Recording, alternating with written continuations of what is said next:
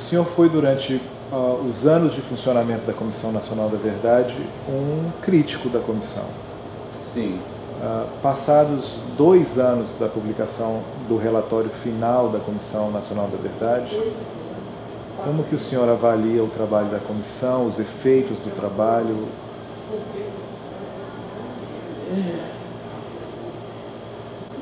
É uma coisa estranhíssima, né? Os trabalhos da Comissão Nacional da Verdade, assim, não vejo resultados concretos, é uma lástima o que aconteceu, né? Realmente eu não vejo que tenha havido uma contribuição significativa da Comissão Nacional da Verdade, talvez no máximo no sentido da documentação, se é que houve. Eu, infelizmente, não vejo que tenha havido uma boa contribuição. O que é uma pena, porque poderia ter havido, eu acredito, uma contribuição significativa se os rumos tivessem sido outros. No sentido que eu sempre mencionei, de terem abrangido nas suas investigações as pessoas comuns, de se ter mostrado para a sociedade brasileira quão abrangente foi o prejuízo causado pela ditadura militar, ou seja, se a comissão não tivesse ficado restrita àqueles casos emblemáticos, clássicos, conhecidos de repressão, né, da ditadura militar. Então acho que foi uma oportunidade perdida. Acho que foi uma oportunidade perdida. E acho que o relatório também ficou muito a desejar, tirando uma ou outra contribuição que se deveu mais aos que assessoraram a comissão do que propriamente à comissão. Acho que, tirando uma ou outra contribuição, o relatório também foi bastante frágil, né? Então, infelizmente, eu não avalio positivamente o trabalho da comissão.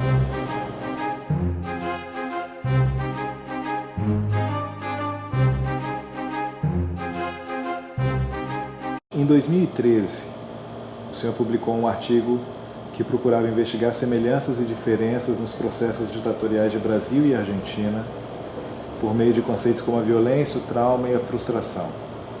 Em um dado momento, o senhor afirma que a historiografia posterior a eventos traumáticos assume um tom condenatório e que, quando se trata da produção de conhecimento histórico, a condenação do mal é um truísmo.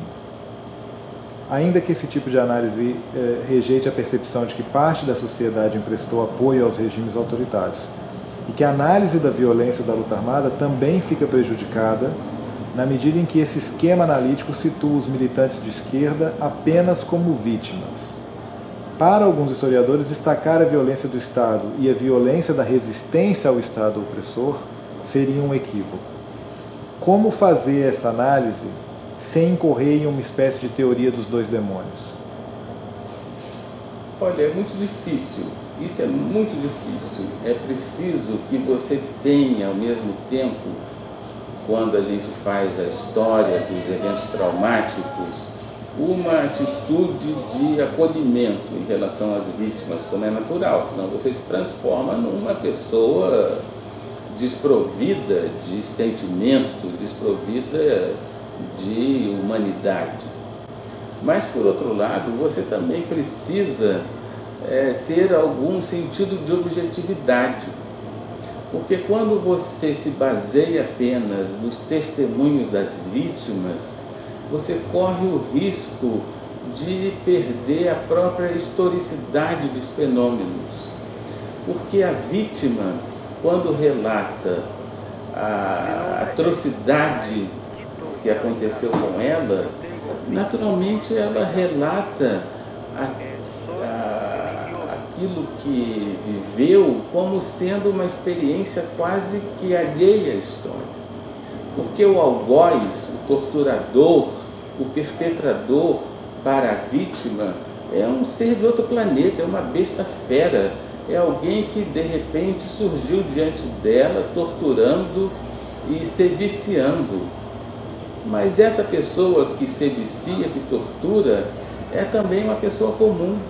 É alguém que depois da sessão de tortura vai para casa, jantar com seus familiares, pegar a filhinha na escola.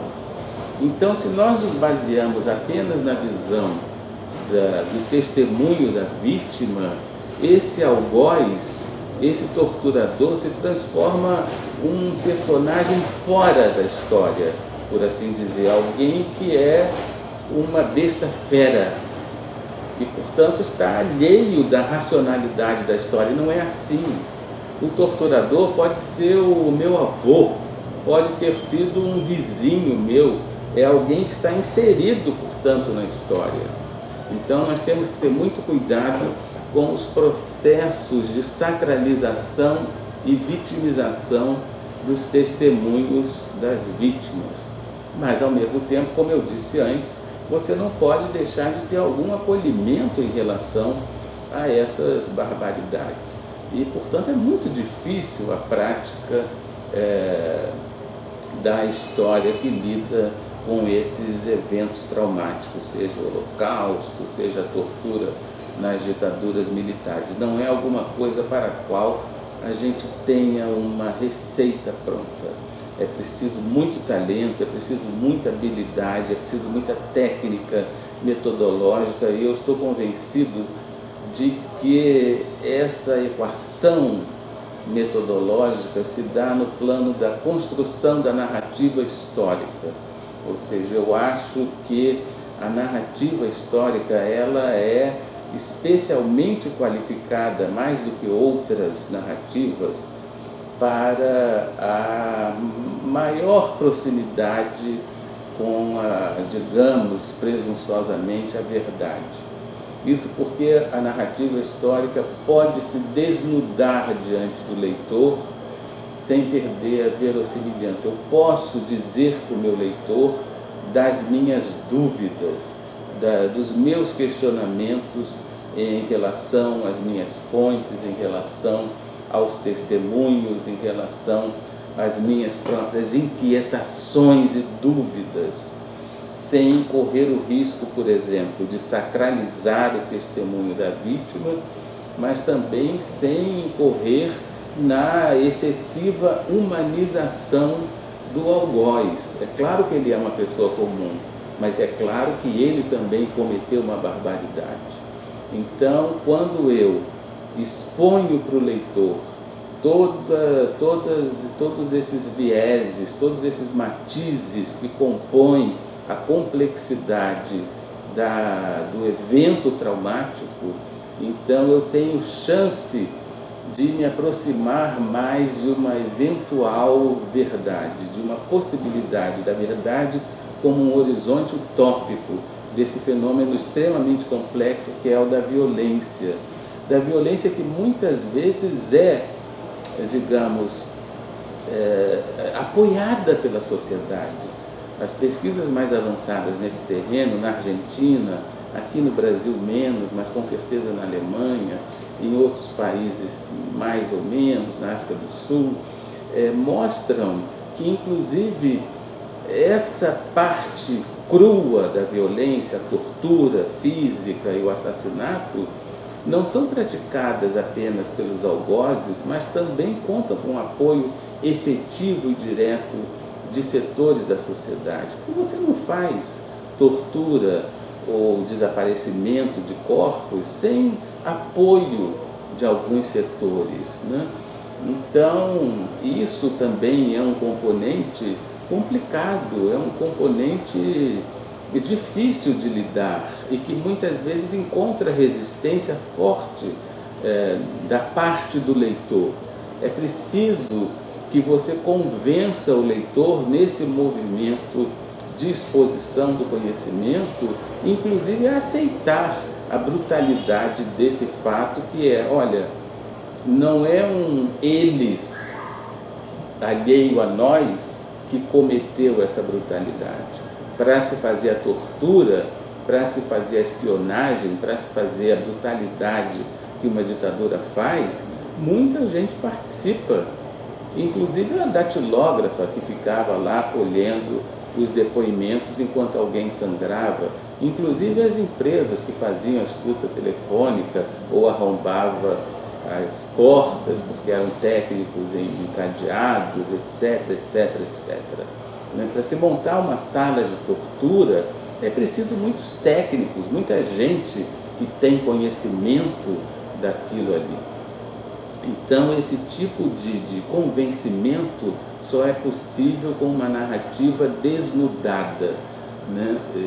Uma técnica que eu acho que é especial para a construção desse tipo de história. Foi isso que eu tentei defender nesse artigo aí que você menciona. Acho que a narrativa histórica ela é especialmente moldada, ela está especialmente aparelhada para fazer isso, porque ela pode se desnudar num processo que eu chamo de making of da história para essa função, que é uma função muito delicada. E do ponto de vista da violência da esquerda revolucionária também.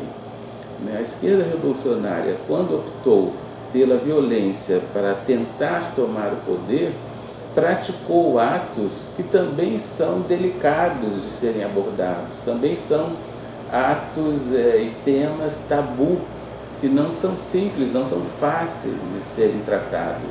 O justiçamento de companheiros, a decisão de mandar para a luta armada jovens universitários despreparados, tudo isso são questões muito delicadas de se abordar e que você precisa tratar com objetividade, mas com delicadeza. E, portanto, a narratividade histórica, me parece, está bem equipada, está bem aparelhada para fazer isso. Mais, por exemplo, do que a narrativa cinematográfica, mais, por exemplo, do que a narrativa de ficção, que tem compromissos com a verossimilhança, com a construção de enredos verossímeis. A narrativa histórica pode colocar no meio dela a figura do autor, interromper a verossimilhança e falar: não, espera aí, agora sou eu, historiador, que estou parando para te dizer, leitor, que considere com muito cuidado esse episódio aqui, porque é isso, mas é aquilo e aquilo outro. No meio de uma película cinematográfica, isso é impossível. No meio de um romance, isso é impossível. Mesmo que haja a figura pressuposta de um diretor, mesmo que haja a figura de um narrador ficcional de uma prosa. No caso da narrativa histórica, isso é possível, e é por isso que eu acho que a narrativa histórica ela é mais adequada para a realização dessa possível verdade do que outras formas de narrativa. É uma questão teórica extremamente complexa, mas eu, até o presente momento, estou convencido disso.